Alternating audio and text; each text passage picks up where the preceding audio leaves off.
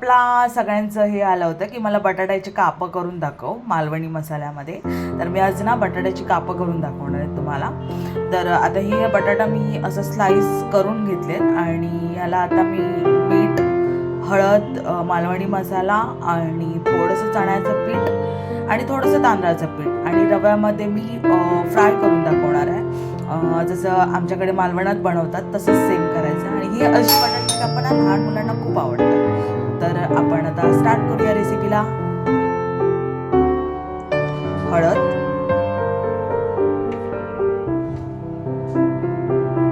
मालवणी मसाला, चवीपुरतं मीठ, एक मोठा चमचा चण्याचं पीठ,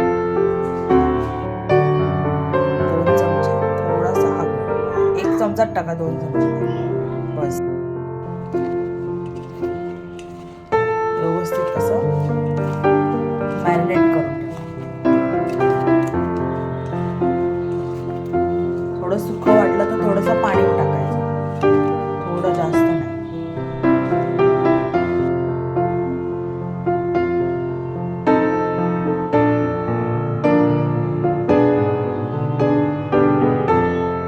आणि तांदळाचं मिक्स करून घेतलंय. रवा आणि तांदळाचं पीठ त्याच्यामध्ये हे असं डीप करायचं.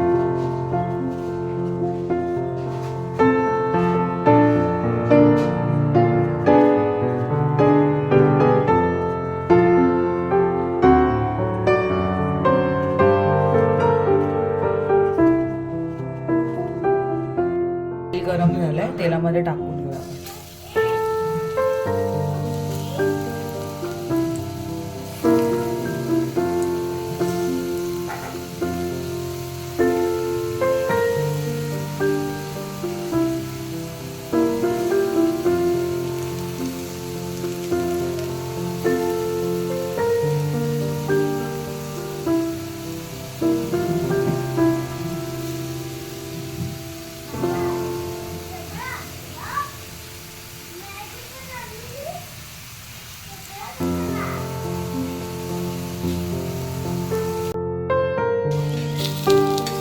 एका साईडची व्यवस्थित फ्राय झाली की दुसऱ्या साईडला